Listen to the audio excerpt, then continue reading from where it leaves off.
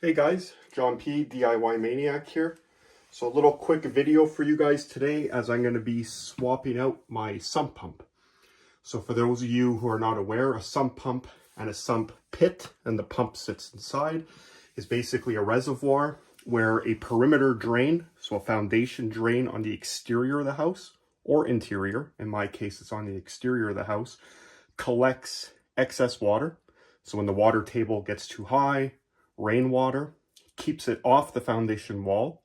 It's a perforated plastic piping that goes around your house, commonly known also as a French drain. Collects the water, keeps it away from the foundation, and brings it into a sump pit. When the pit reaches a certain level, the pump activates and pumps the water far away from the house. So just a quick, simple explanation on that. So your sump pump is your first line of defense against floodwater, rainwater, excess water against the foundation. So we always want to make sure that sump pump is working. We also want to make sure we have a backup. So in my case, if you look inside, I have two pumps.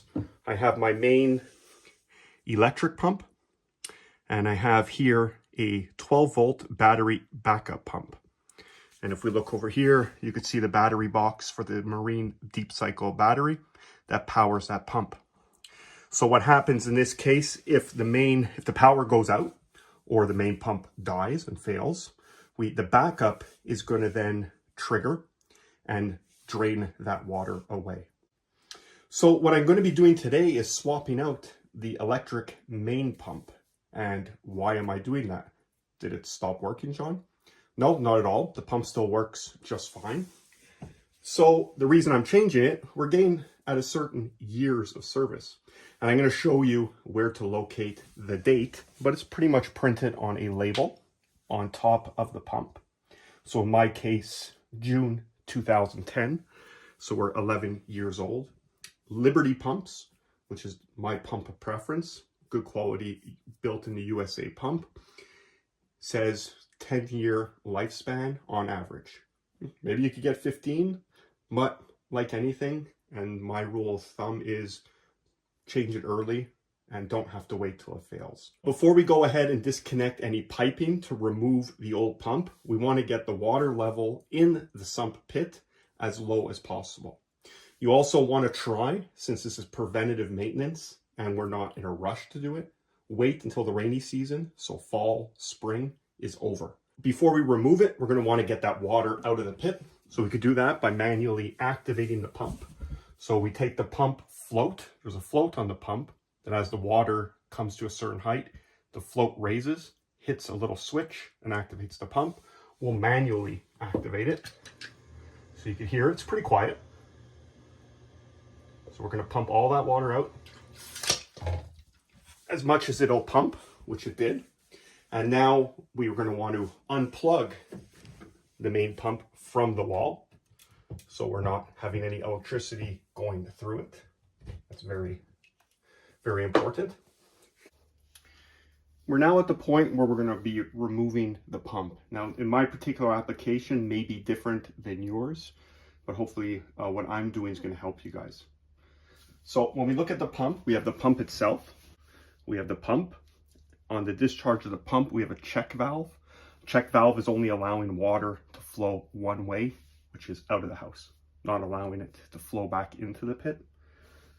The discharge pipe comes up, turns, and goes to the main discharge that goes out of the house. In between the two pipes, we have a flexible coupler that couples them together. Very smart to use a coupler and not to glue permanently your PVC or ABS as one piece. Because when you go to remove the pump, it's going to be a pain. You're going to have to cut the pipe.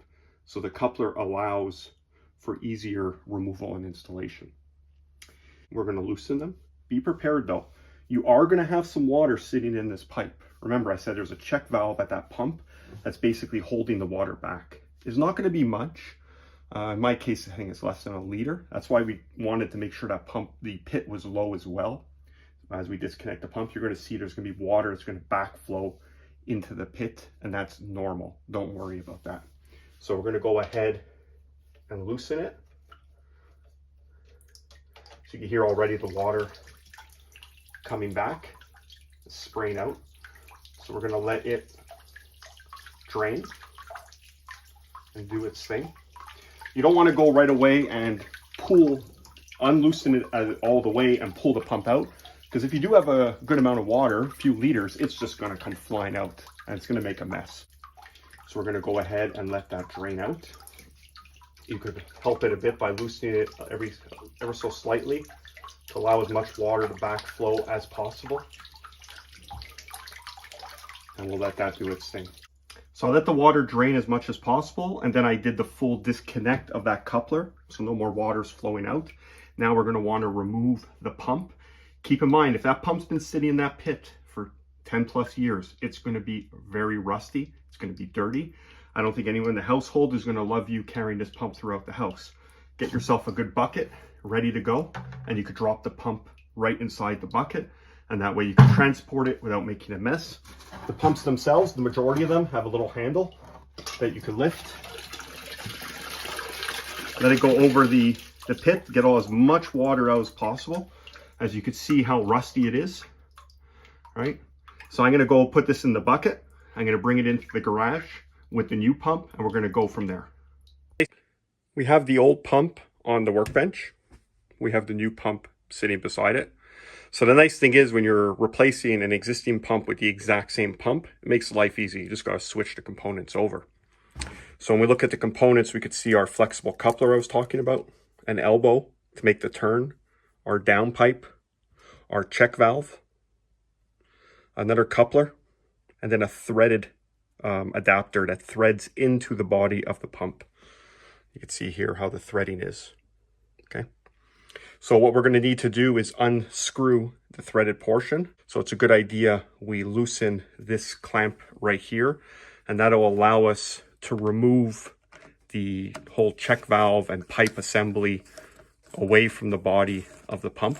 So we loosen it, give it a little wiggle, and we lift it out of the way and let it drip on the floor. So there's all our components there. Oh, see, that's that check valve doing its job. So you see right now I'm holding it, no water is coming out because the check valve is holding it. If I tilt it the other way, all that water comes out. And now what we're going to need to do is remove or unscrew this threaded adapter from the body. If your pump's been sitting for a long time like mine has, it might be a little difficult. So what I'm going to do is I'm going to go ahead and loosen that because I'm going to need two hands, and I'm going to go position the camera.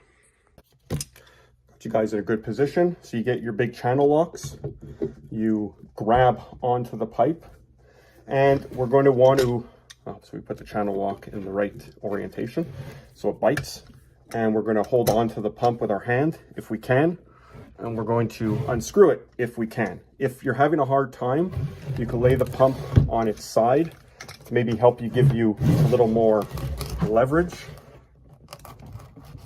And there we go. I broke it free. Got my hand all rusty. Fun, fun, fun. I should probably wear gloves. And we're going to continue to loosen. Once you get it to a certain point, you're going to be able to get it out yourself.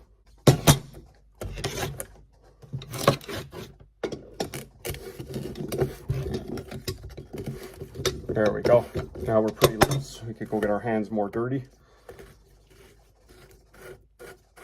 And we can remove that threaded adapter from the old pump.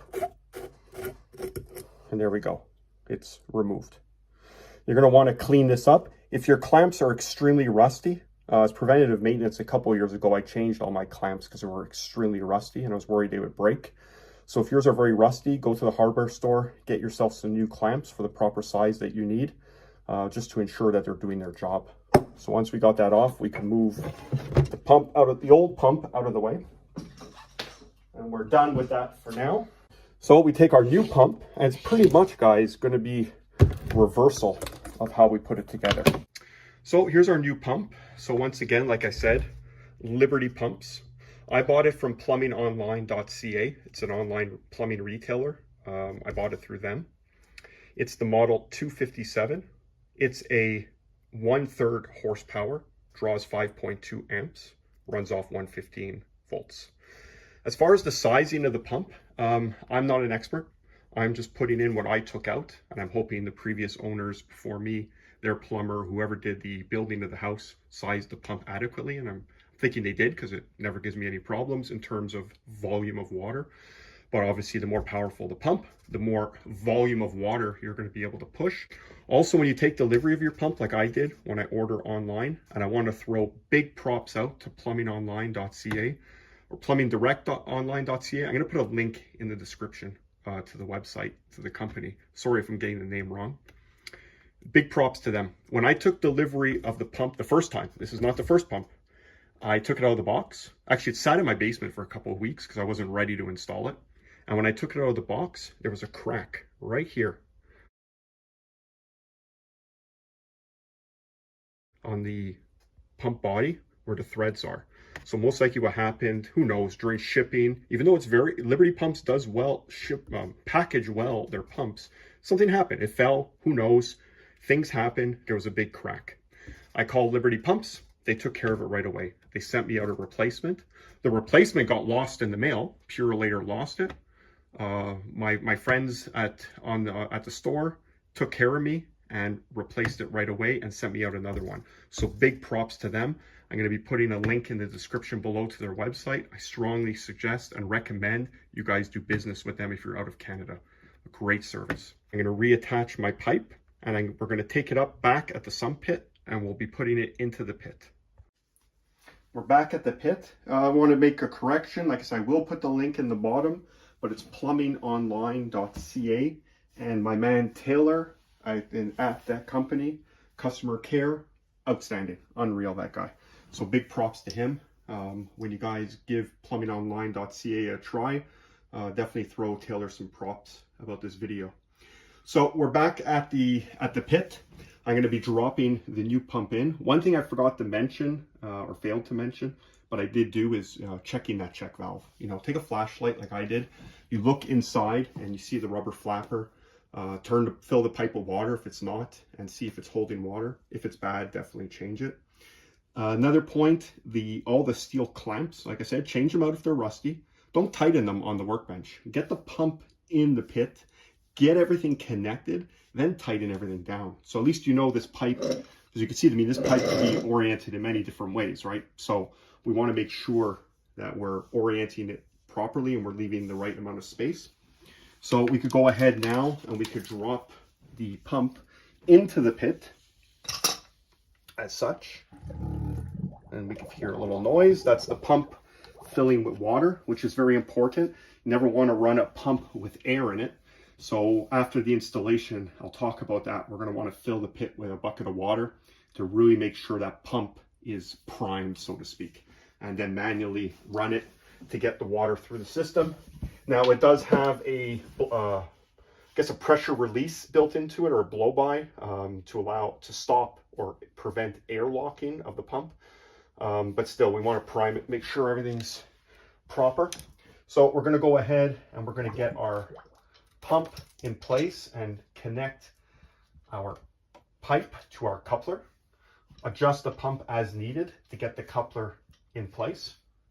Once everything feels nice and in place, we could go ahead with our 8mm, in my case. Yours might be different. And we're going to tighten up the clamps on the coupler.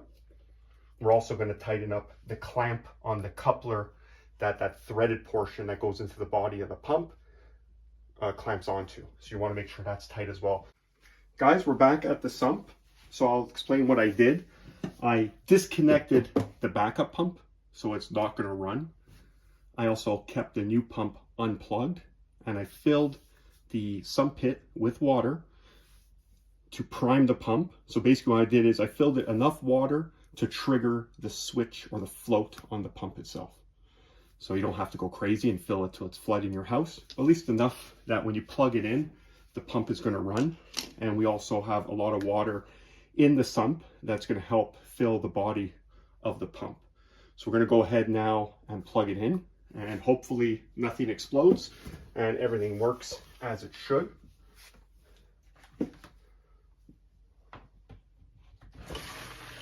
And there we go. pump is running as expected. Water level in the pit is going down.